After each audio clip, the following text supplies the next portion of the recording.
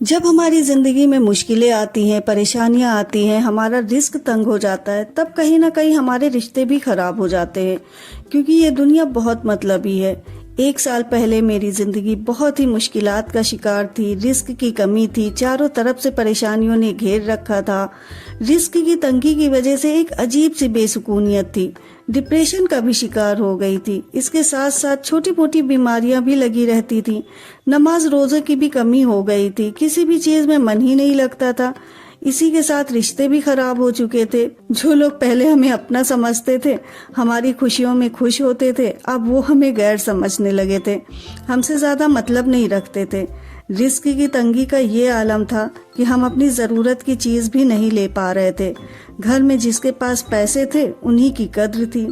رزق کی تنگی کی وجہ سے کبھی کبھی عجیب سے خیالات دماغ میں آتے تھے، من کرتا تھا اپنے آپ کو ہی ختم کر لے تو شاید اس پریشانی سے نجات مل جائے۔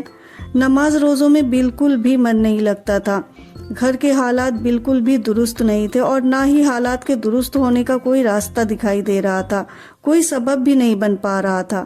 لیکن بس ایک دعا جس نے میری زندگی بدل دی، اور یہ دعا میں نے شروع کی تھی رمضان میں۔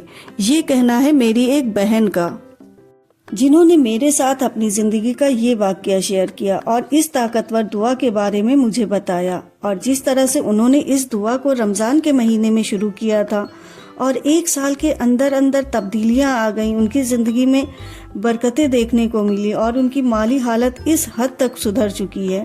آج اللہ تعالیٰ نے ان کے رزق کو کشادہ کر دیا ہے، تو میں اس دعا کو پڑھنے کا وہی طریقہ آپ لوگوں کے ساتھ شیئر کروں گی تاکہ میری جو بہنیں پریشان ہیں وہ اس دعا سے فائدہ حاصل کر سکیں۔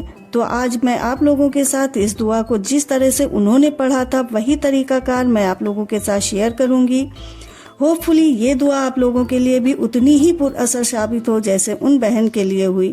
بہرحال ایک چیز برحق ہے، اور وہ ہے اللہ پاک کے کلام میں جتنی برکت ہے، جتنا اثر ہے، اتنا دنیا کے کسی بھی چیز میں نہیں ہے۔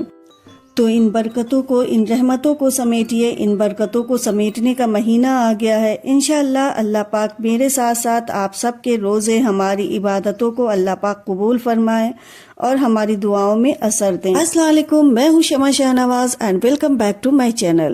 الحمدللہ رمضان کا مہینہ شروع ہو چکا ہے۔ اچھا جی، تو جو لوگ آج پہلی بار میری ویڈیو کو واچ کر رہے ہیں تو ان سے ہمبل ریکویسٹ ہے کہ پلیز میرے چینل کو سبسکرائب ضرور کریے گا۔ یہاں پر ہم بات کر رہے ہیں اپنی ان بہن کے بارے میں جس کے بارے میں نے آپ کو بتایا تھا۔ وہ کہنے لگی کہ میرے گھر کے حالات بہت خراب تھے، اور مالی حالات جب خراب ہوتے ہیں نا تو صرف مالی حالات ہی نہیں خراب ہوتے ہیں، اس کے ساتھ ساتھ ان کے رشتے بھی خراب ہونے لگتے ہیں، کیونکہ یہ دنیا نا پیسوں کی دنیا ہے، بہت مطلبی دنیا، اور یہ حقیقت ہے۔ بہرحال وہ بتانے لگی کہ رشتے ناطے سب خراب ہونے لگے تھے کیونکہ ہماری مالی حالت خراب ہو چکی تھی، اور وہ اور ان کے ہسبینڈ پوری کوشش کر رہے تھے اس برے حالات سے نکلنے کے لیے۔ لیکن لازمی سی بات ہے نا کہ جب بچوں کا ساتھ ہوتا ہے نا تو قدم قدم پر پیسوں کی ضرورت ہوتی ہے۔ تو وہ بتانے لگی کہ بزنس تھا اور میرے ہسبینڈ کا، اور بزنس میں لاس ہوا، کئی لاکھ روپے انہوں نے جس کو دیے تھے اس نے نہ کوئی کام کیا اور نہ ہی ان کا پیسہ واپس کیا۔ اسی کے بعد سے ان کی زندگی میں مسائل پیدا ہونے لگے، ذہنی طور پر وہ کافی تھک چکے تھے۔ اب وہ کہنے لگی کہ میں اور میرے ہسبینڈ دونوں کافی پریشان ہو چکے تھے، ہم لوگ ڈپریشن کا شکار ہو چکے تھے، کیونکہ بزنس ختم ہونے کے بعد پیسوں کی بہت دقت ہونے لگی تھی، سارے ذریعہ ختم ہو چکے تھے، اور جب کہیں سے کوئی ذریعہ ہی نہ رہے نا تو انسان کہاں سے امید لگائے گا۔ پیسہ ایسی چیز ہے جس کا انسان کو ہر وقت ضرورت ہوتی ہے۔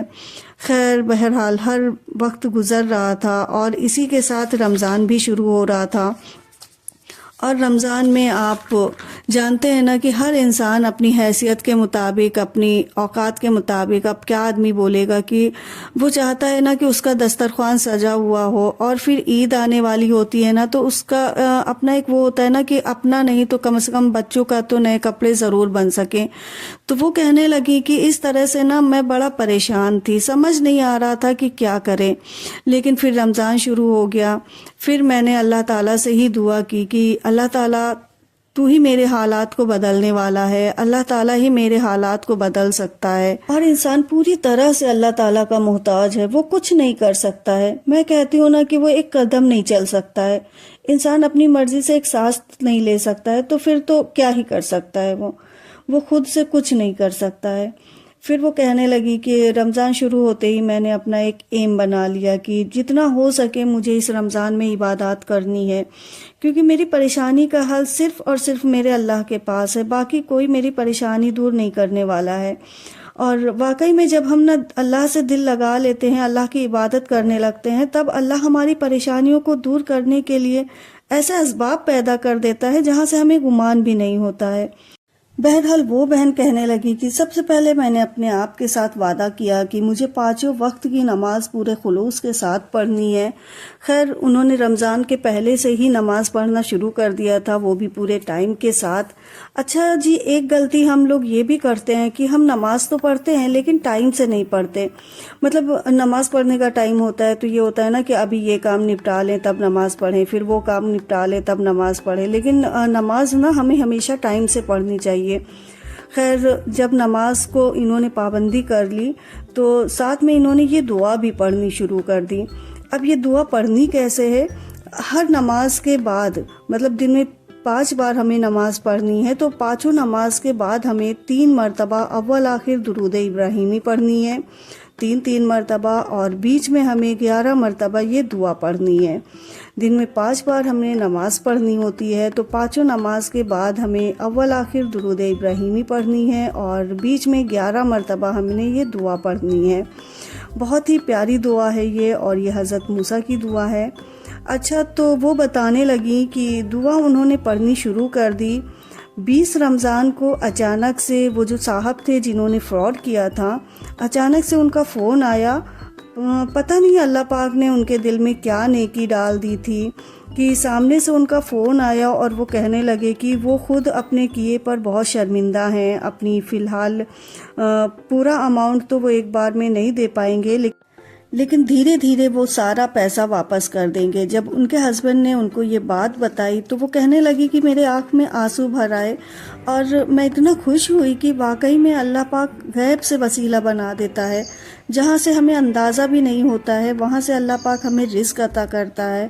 واقعی میں ہم اتنے گنہگار بندے ہیں، ہمیں اپنے اوپر شرمندگی محسوس ہوتی ہے کہ ہم اتنے گنہگار ہیں، لیکن پھر بھی اللہ پاک ہمیں اتنا نوازتا ہے۔ تو بے شک اللہ کے کلام میں بہت طاقت ہے۔ تو آپ بھی اپنی پریشانیوں کو، اپنی مشکلوں کو اپنے اللہ کے سامنے رکھیے، کیونکہ مشکلوں سے نکالنے والی ذات تو صرف اللہ کی ہے۔ دنیا کے لوگ تو صرف ہماری ہنسی اڑاتے ہیں، ہمارے پیٹھ پیچھے ہماری باتیں بناتے ہیں، تو صرف اللہ کے سامنے ہی ہمیں اپنی پریشانیوں کو رکھنا ہے۔ تو پھر اپنی دعاؤں میں شامل کریے گا۔ ملتے ہیں نیکسٹ ویڈیو میں۔ اللہ حافظ۔